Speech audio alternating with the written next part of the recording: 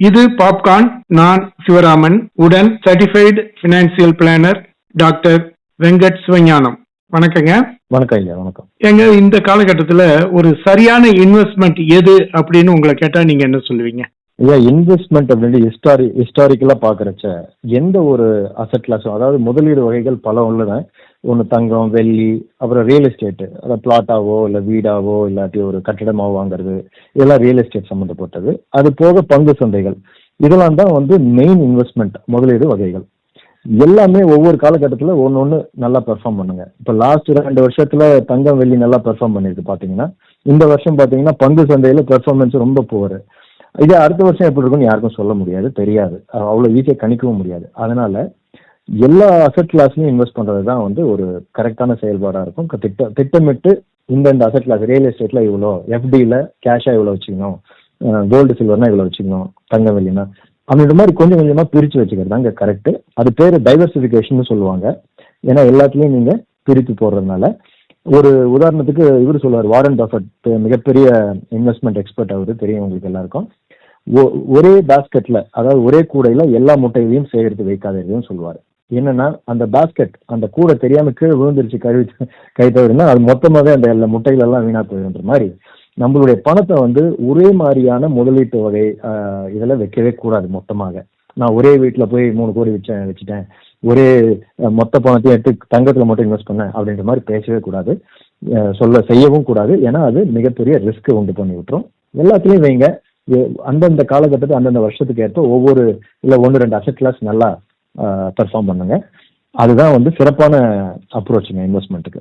இப்போ இந்த mutual ஃபண்டுங்க, mutual fund என்னங்க, மியூச்சுவல் ஃபண்டுன்றது ஒன்றும் இல்லை. முதலீட்டாளர்கள், சின்ன சின்ன ரீட்டைல் இன்வெஸ்டர்ஸ், சின்னவங்களா இல்லை நிறைய பணம் வச்சுருக்கவங்களும் இருக்கலாம்.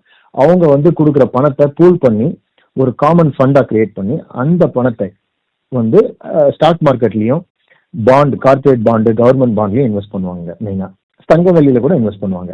ஸோ யாருக்கெல்லாம் டைம் இல்லை மியூச்சுவல் ஃபண்ட், அதாவது எனக்கு பங்கு சந்தைகளை பற்றி தெரிந்து கொள்வதற்கோ, ஆராய்வதற்கோ, ஒவ்வொரு கம்பெனி பற்றி படிப்பதற்கோ எனக்கு டைம் இல்லைங்க, இல்லை நாலேஜ் இல்லை, அதை பற்றின எக்ஸ்பர்ட் இல்லை, நான் இல்லை அப்படின்னு நினைச்சாங்கன்னா, பணத்தை மியூச்சுவல் ஃபண்டு கிட்ட கொடுத்துட்டா, மியூச்சுவல் ஃபண்ட்ல அதுக்குன்னு ரொம்ப வருஷமா அதில் ப்ரொஃபஷனலா இருக்கிறவங்க நிறைய பேர் உண்டு.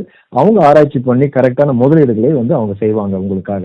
மியூச்சுவல் ஃபண்ட் அப்படின்றது அதாவது ஸ்டாக் மார்க்கெட், ஈக்விட்டிஸ் என்ற ஸ்டாக்ஸ், பங்கு சந்தைகள்ல இன்வெஸ்ட் பண்ணுவாங்க. இதுலயும் நான் சொன்ன மாதிரி கார்பரேட் பாண்ட்ஸும் இருக்கலாம், இல்ல கவர்மெண்ட் பாண்ட், அதுலயும் இன்வெஸ்ட் பண்ணுவாங்க. ஸோ அதுல நம்ம இன்வெஸ்ட் பண்றது ஒரு ரைட் அப்ரோச். அந்த ஒரே கூடையில எல்லா முட்டையும் வைக்காத மாதிரி அது நல்லதுங்க. கரெக்ட். அதான் சராசரியான இன்வெஸ்டர்ஸ் என்ன மாதிரி, இல்ல நம்மள மாதிரி மிடில் கிளாஸோ இல்ல அப்பர் மிடில் கிளாஸோ இல்ல கீழே இருக்கிறவங்க எல்லாருக்குமே, எல்லா தட்டத்தின் அதாவது நிலையில உள்ள மக்களுக்கும் மியூச்சுவல் ஃபண்ட் ஒரு சுமூகமான ஒரு இன்வெஸ்ட்மெண்ட் வெஹிக்கிள். அதுதான் பெஸ்ட். இப்ப நம்ம இந்தியாவை பொறுத்த வரைக்கும் எல்லாருடைய எண்ணமும் கோல்டு அல்லது சில்வர்ல இன்வெஸ்ட் பண்றது ரைட்டு, ஆனா கோல்டுல அதிகமா முதலீடு பண்ணாதீங்க அப்படின்னு எல்லாம் ஒரு பரபரப்பான கருத்து இருக்குங்க. உங்களுடைய பார்வை என்னங்க? சமீபத்துல கடந்த 2-3 வருஷத்துல கோல்டும் சில்வருமே பயங்கரமான ஒரு அப் மூவ்க்கு போயிடுச்சுங்க. நல்லாவே ஒரு ரிட்டர்ன்ஸ் கொடுத்துருக்கு. கிட்டத்தட்ட பாத்தீங்கன்னா ஒரு கடந்த 3 வருஷத்துல 3-4 மடங்கு கூட கோல்டு சில்வரும் அப்பான மாதிரி தான் பார்க்கலாம் நீங்க ரேட்ஸ் பாத்தீங்கன்னா. ஒரு உதாரணத்துக்கு சில்வர் உண்மையாலுமே இது நடந்தது என்னன்னா 60,000 ஒரு கிலோகிராம் இருந்திருக்குங்க 2022ல. இப்போ பாத்தீங்கன்னா 2025 ஃபாஸ்ட் ஃபார்வர்ட் பண்ணி பாத்தீங்கன்னா 1,50,000 ஒரு கிலோக்கு வந்துருச்சுங்க. கிட்டத்தட்ட 2.5 மடங்கு ஏறி இருக்கு.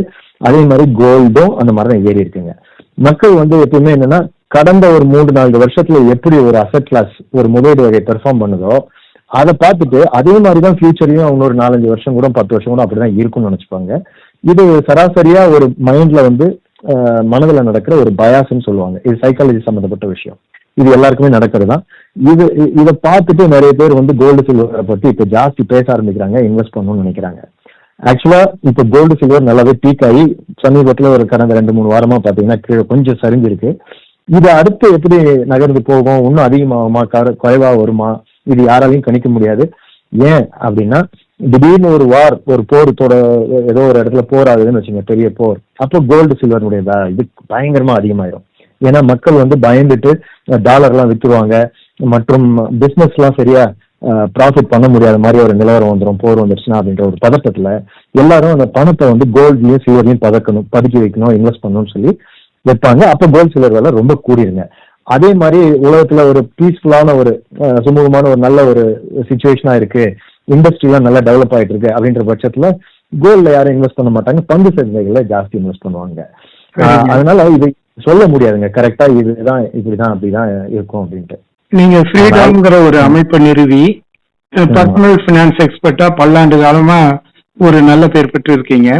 உங்களுடைய கணிப்புல இப்ப ஒரு சராசரி மனிதர் ஒரு இன்வெஸ்ட்மெண்ட் பண்ணணும், ஒரு லாங் டேர்முக்கு இன்வெஸ்ட் பண்றதுன்னா கோல்டுல இன்வெஸ்ட் பண்ணலாமா, சில்வர்ல இன்வெஸ்ட் பண்ணலாமா, அல்லது லாங் டேர்முக்கு எதுல இன்வெஸ்ட் பண்ணா நல்லதுங்க? அதாவது லாங் டேர்ம் அப்படின்றது வச்சு அப்படின்னு சொன்னீங்கன்னா என்னை பொறுத்த வரைக்கும் ஒரு 6-7 வருஷம் இல்ல அதுக்கு மேல இருக்கணுங்க. அதுதான் என்னை பொறுத்த வரைக்கும் லாங் டேர்ம். எதுக்காக இன்வெஸ்ட் பண்றோம்? நம்மளுக்கு ஏதோ ஒரு கோல் இருக்கும். அது என்னுடைய பையனுடைய இல்ல பொண்ணுடைய எஜுகேஷனுக்காக இருக்கலாம், அவங்க வெளிநாட்டு பயணத்துக்காக இருக்கலாம், இல்ல நான் ஒரு வீடு வாங்கணும்ன்ற மாதிரி நினைச்சிருக்கலாம். இந்த மாதிரி ஏதோ ஒரு கோலுக்காக தான் நம்ம 99% மக்கள் இன்வெஸ்ட் பண்றாங்க. அப்ப அந்த கோல் வந்து அன்னைக்கு எனக்கு பணம் தேவைப்படுற அன்னைக்கு எனக்கு கரெக்டா அந்த பணம் வரணும்.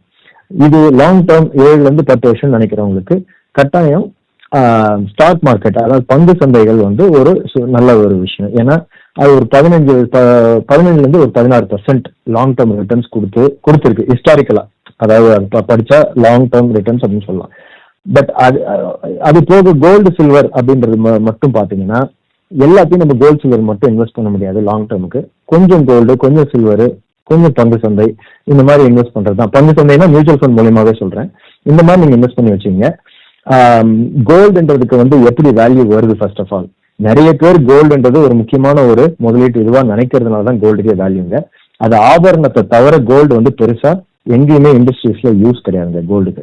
அது ஜஸ்ட் அந்த மாதிரி ஒரு மக்கள் மனதுல தொன்று வர்ற பல 100 ஆண்டுகளாக அது மேல ஒரு இது இருக்கு. ஒரு காலத்துல தங்க நாணயங்கள்லாம் பரிசா கொடுத்த கதைகள்லாம் நீங்க கேள்விப்பட்டிருப்பீங்க.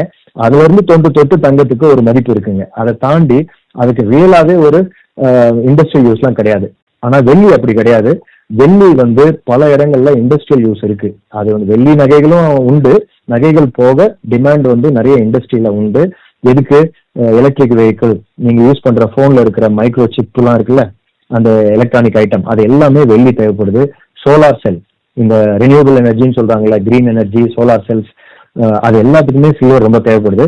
அதனால அதாவது சில்வருக்கு வந்து கடந்த 5 வருஷமா பாத்தீங்கன்னா உலக அளவுல சப்ளை வந்து டிமாண்டை விட குறைச்சிதான் இருக்கு. அப்ப டிமாண்ட் ரொம்ப கூட இருக்கு.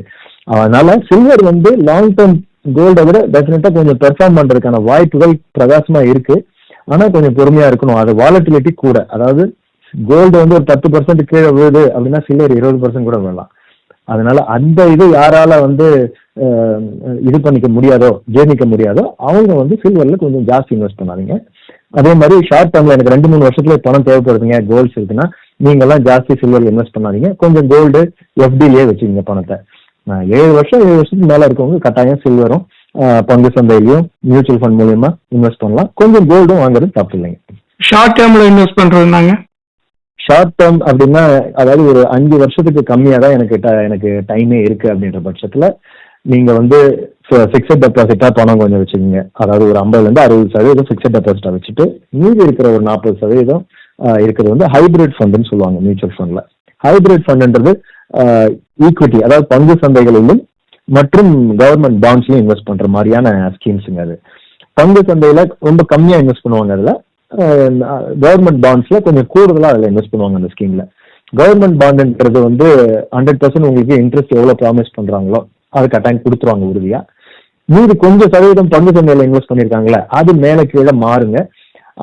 அது அதனுடைய அளவு வந்து பாத்தீங்கன்னா கட்டாயம் ரொம்ப கம்மியான இன்வெஸ்ட்மெண்ட்ன்றதுனால அப்படி பெருசா மார்க்கெட் அந்த டைம்ல கீழே விழுந்தாலும் பெரிய அளவுல அது உங்களுடைய போர்ட்போலியோனுடைய ரிட்டர்னை பாதிக்காது. அதனால ஒரு 60-65% நீங்க வந்து எஃப்டி மாதிரியான இன்ஸ்ட்ருமெண்ட்ஸ்லயும் ஒரு 5-10% கோல்ட்லயும் மீதி வந்து இந்த ஹைபிரிட் மியூச்சுவல் ஃபண்ட்ன்ற மாதிரியும் இன்வெஸ்ட் பண்ணிக்கலாம். இதுதான் உங்களுக்கு பெட்டரா இருக்கும் ஷார்ட் டேர்ம்ல. ரொம்ப நன்றிங்க. வணக்கம் ஐயா, நன்றி.